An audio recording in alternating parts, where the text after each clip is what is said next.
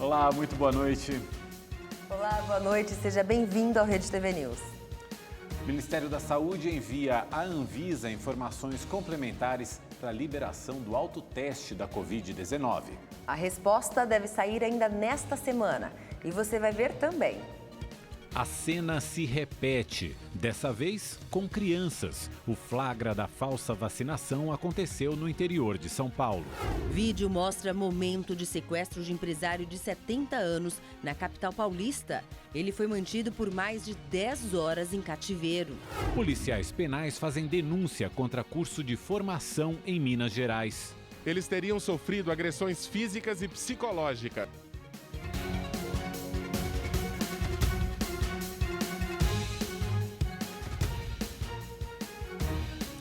O Ministério da Saúde encaminhou à Agência Nacional de Vigilância Sanitária as informações complementares sobre a política pública para a liberação dos autotestes de Covid-19 no Brasil. Em 9 páginas, o Ministério da Saúde apresentou as informações para defender a venda do autoteste nas farmácias brasileiras.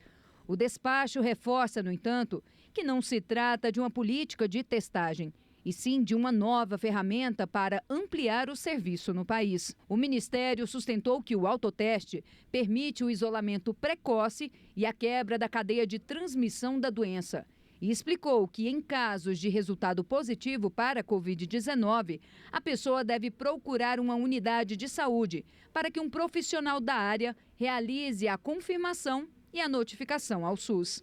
O documento sugere ainda dicas de uso como seguir orientações do fabricante para descarte, fazer o teste apenas em locais arejados e sozinho e não realizar o exame em outra pessoa para evitar contaminação. A Anvisa confirmou o recebimento das informações.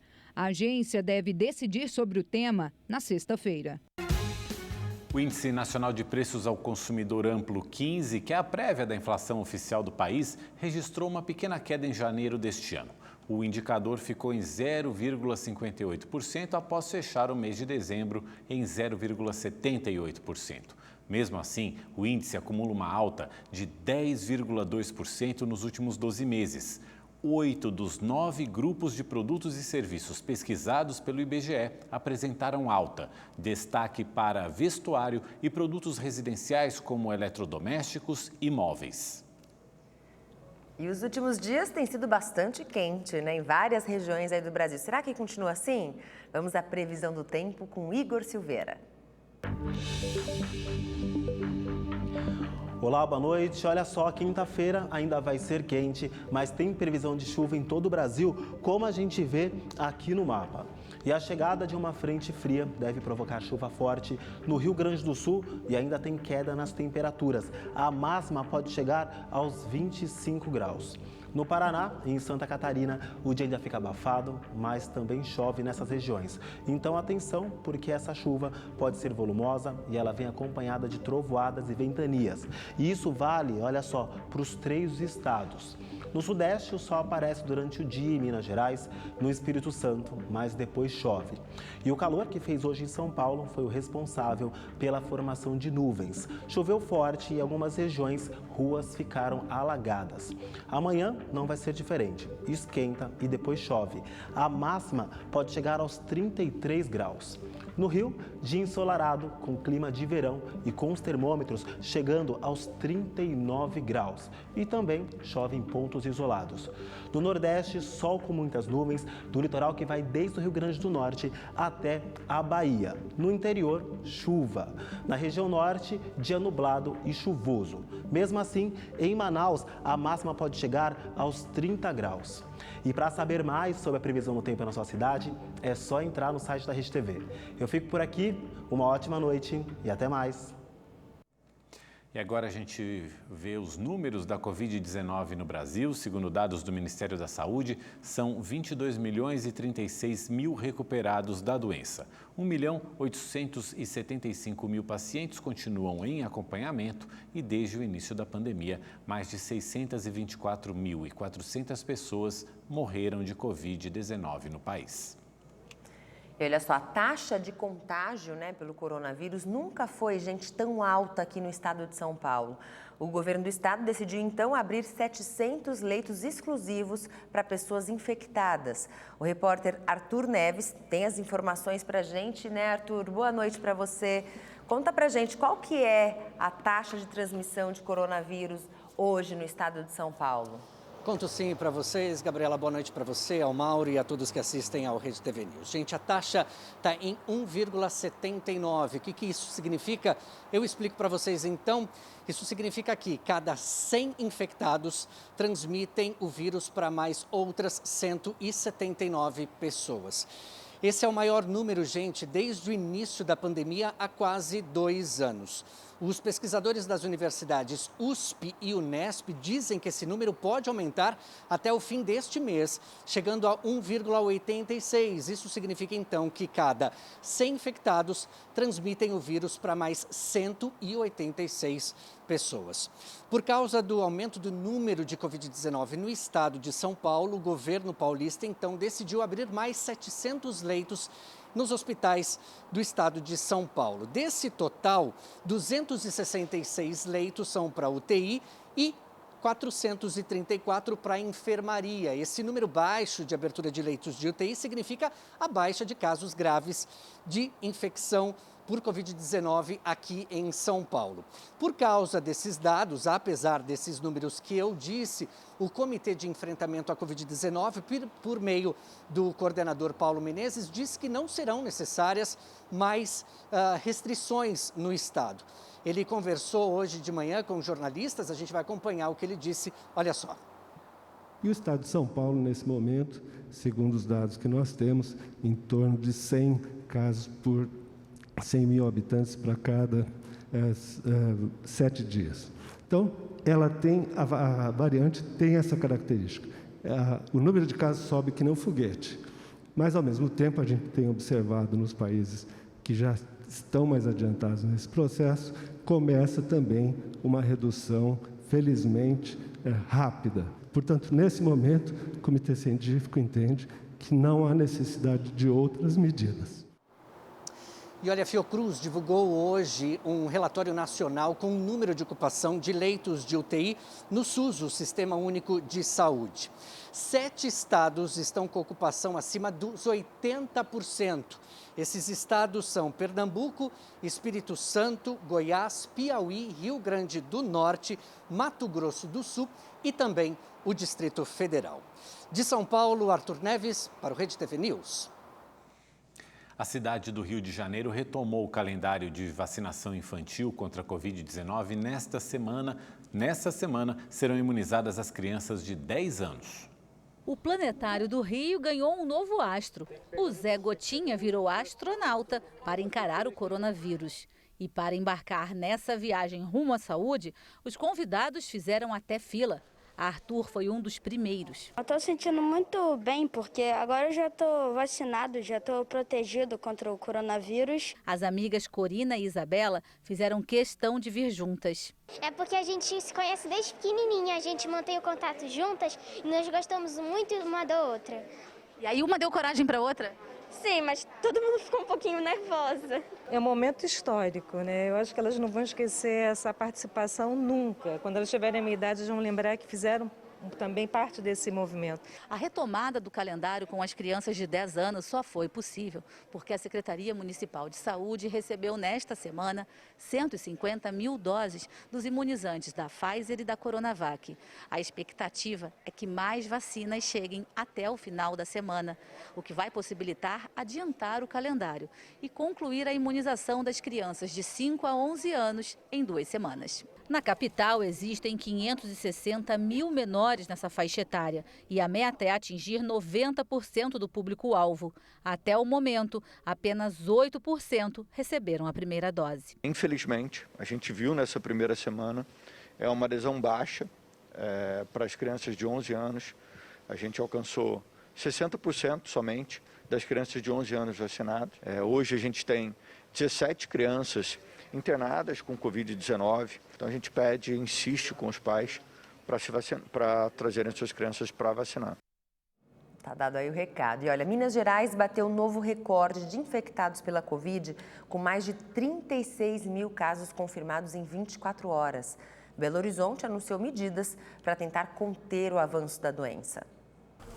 As aulas para crianças entre 5 e 11 anos só vão começar no dia 14 de fevereiro, tanto na rede pública quanto na particular. O objetivo é dar tempo de aplicar a primeira dose da vacina neste grupo. Não vou obrigar as nossas crianças a irem às aulas contaminados. Por obrigação pública, moral e humana, nós vamos retornar essa população, essa meninada, só quando todo mundo tiver com pelo menos uma vacina no braço, que dá 90% de proteção. A cidade também anunciou que não vai ter feriado durante o carnaval e a partir da próxima semana, em todos os eventos, além do comprovante vacinal, será exigido teste contra a Covid. A prefeitura ampliou os postos de testagem da população que apresenta algum sintoma de gripe. Esta unidade passou a funcionar hoje dentro de uma universidade. A capacidade é para 150 exames rápidos por dia. Com suspeita, a dona Vera Lúcia conseguiu agendar o serviço. Tá crítico, viu? Tá doloroso. Aumentou demais a conta. O pessoal não está tendo conscientização, né? Atualmente, cerca de 200 mil pacientes estão em acompanhamento, internados ou em isolamento domiciliar devido à Covid-19. E aconteceu de novo. Dessa vez, na vacinação em crianças. Uma enfermeira aplicou a seringa no braço de um menino de 11 anos, mas não injetou o imunizante contra a Covid-19. O caso foi registrado em Taubaté, no interior de São Paulo. O vídeo foi gravado pela própria mãe do garoto. Na sequência, ela alertou os profissionais da unidade de saúde e aí sim a criança recebeu a vacina. Em nota, a Prefeitura de Taubaté informou que a situação foi pontual e que a enfermeira responsável pela falsa aplicação foi afastada para funções administrativas. E uma mulher morreu depois de fazer um procedimento estético em Duque de Caxias, na Baixada Fluminense. Segundo os parentes dela, o médico fugiu depois de tentar reanimá-la. A confirmação da morte deixou a família desesperada na porta da clínica. Rosimere de Freitas Dário, de 50 anos, morreu um dia depois de fazer uma hidrolipo nesta clínica em Duque de Caxias. O marido contou que o procedimento estético, que usa anestesia local, durou cerca de 4 horas e a esposa saiu desacordada. Ele falou para mim que o procedimento era normal, que ela ia acordar no outro dia, meio sonolenta, mas ia ficar tudo bem. E não ficou, né?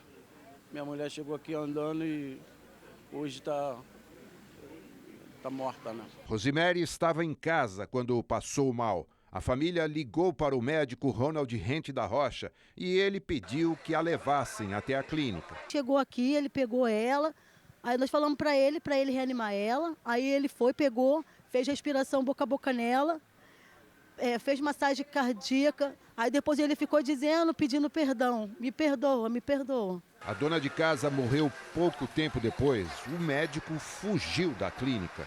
Ele tem que ser punido, tem que ser justiça. Porque que ele tem que pagar por isso? O que ele fez não se faz, ele não motiu socorro, ele fugiu. A Polícia Civil foi chamada e encontrou vários medicamentos no local.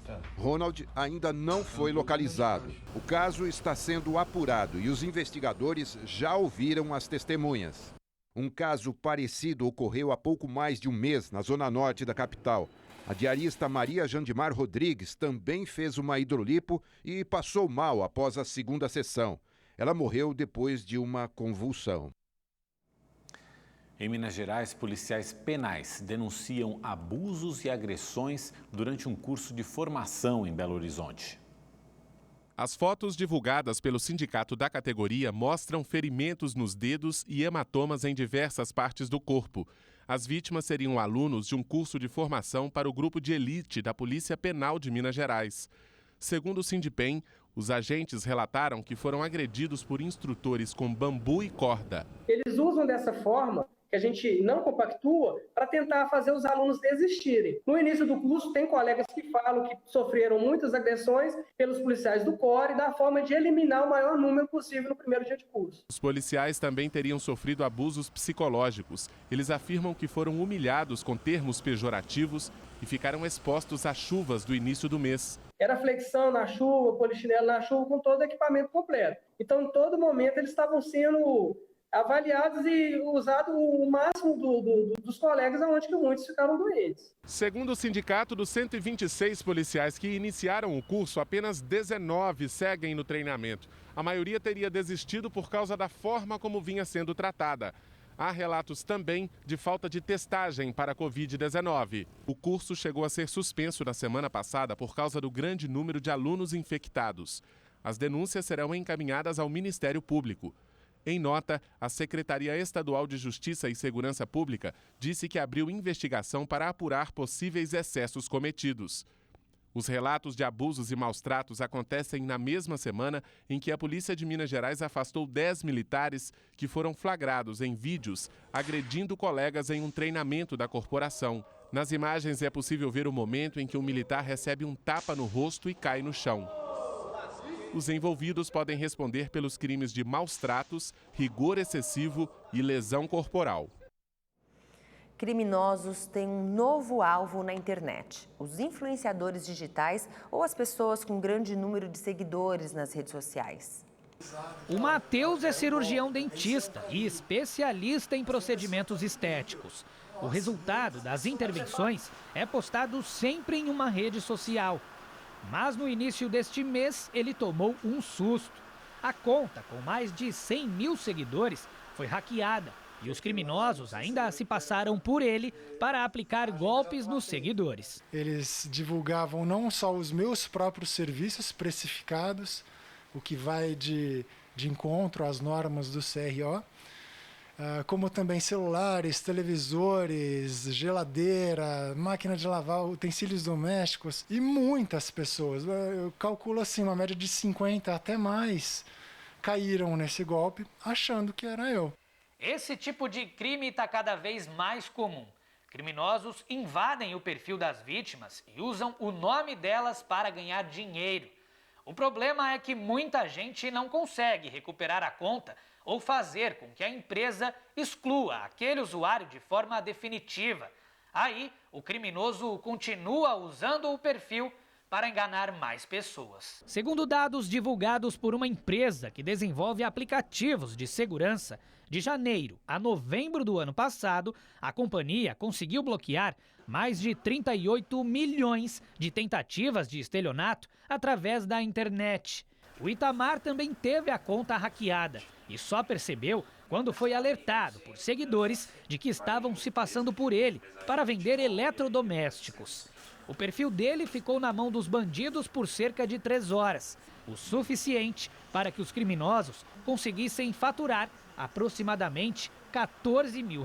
Você realmente se sente invadido, assim, sabe? E o mais traumático é o depois, assim, porque você tem que se explicar de uma coisa que você não fez. Uma das formas de deixar a sua conta mais segura é escolher uma senha forte, mesclando letras, números e caracteres especiais. Manter sempre uma senha para cada aplicativo, não as repetir. Manter os sistemas operacionais e os aplicativos sempre atualizados e desconfiar de links recebidos por inbox nas plataformas ou por e-mails desconhecidos. São iniciativas que trarão mais segurança nesse ambiente de constante guerra cibernética. Quem já passou por isso e conseguiu recuperar a conta também faz um alerta. Pede para ligar a câmera, não custa, né? Para você realmente saber quem é a pessoa. Deixa eu ver, Matheus, você está vendendo um celular? Posso ver esse celular? Mas jamais ir fazendo uma transferência para uma pessoa que você nunca nem viu na vida. A Polícia Civil fez uma operação para apurar maus tratos no canil da Prefeitura de Juiz de Fora, em Minas Gerais. De acordo com as denúncias, as instalações são precárias e o local está superlotado. Com capacidade para abrigar 500 cães e gatos, atualmente tem mais de 1.200. Alguns apresentam sinais de desnutrição. 7 animais foram encontrados mortos dentro de um freezer. A operação Patrulha Canina foi acompanhada por peritos e médicos veterinários. 7 cachorros e gatos foram resgatados. A Prefeitura de Juiz de Fora disse que não faltam ração de qualidade e medicamentos. 200 quilos de drogas foram apreendidos em um galpão abandonado na favela do Jacarezinho, na zona norte do Rio de Janeiro. Os agentes encontraram maconha e skunk escondidos sob o telhado do imóvel. O Jacarezinho é uma das comunidades cariocas ocupadas pela PM há uma semana e faz parte do programa Cidade Integrada. Uma boliviana de 48 anos foi assassinada em um bar na região central de São Paulo. Câmeras de segurança mostram o momento em que o homem entra armado no estabelecimento. Segundos depois, ele sai correndo. A vítima morreu no hospital. O criminoso ainda não foi identificado. Também em São Paulo, uma discussão entre vizinhos acabou em tiros na Zona Norte. Durante a confusão, é possível ver que um homem está armado. Ele grita e dispara para cima. A briga teria acontecido por causa do som alto numa adega localizada ao lado da casa do atirador. 2 pessoas ficaram feridas. Elas foram levadas ao hospital e depois à delegacia para prestar depoimento. E olha, ainda na capital paulista, moradores gravaram o momento em que uma dupla sequestra um idoso de 70 anos no meio da rua. Olha só, dá pra gente ver nas imagens aí que a vítima, ela tenta resistir, mas ela acaba caindo e é arrastado por um dos bandidos que está armado. O comparsa, ele ajuda a empurrar o empresário para dentro do carro. Segundo a polícia, gente, o idoso foi mantido em cativeiro por 10 horas e só depois, então, foi abandonado em uma rodovia. Os criminosos ainda não foram identificados. Mas olha só, plena luz do dia, o idoso ali sendo abordado por esses comparsas. E um grupo armado explodiu uma agência bancária em Picuí, no interior da Paraíba. A explosão assustou os moradores da área central da cidade. Meu Deus do céu! O banco ficou destruído. Com o impacto, os vidros da agência vizinha ficaram estilhaçados. Casas do entorno também foram atingidas. Nesta, o vidro da janela foi parar na cama do casal. O que aconteceu aqui no meu quarto com o impacto da bomba, Deus teve misericórdia de mim e de minha esposa. Neste outro imóvel, parte do telhado e da parede foi ao chão. Durante o roubo, um morador gravou o momento em que um motorista e o passageiro são rendidos e obrigados a deixar o veículo. Em seguida, os criminosos fazem vários disparos para intimidar a população.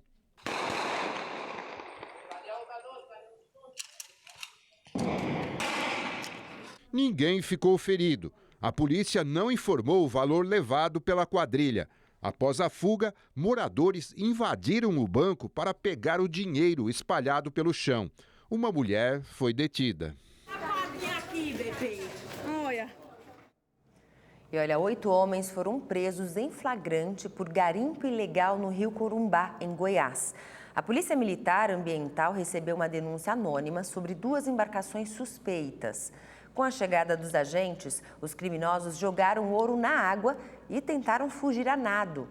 Eles foram levados para a Polícia Federal e as balsas queimadas.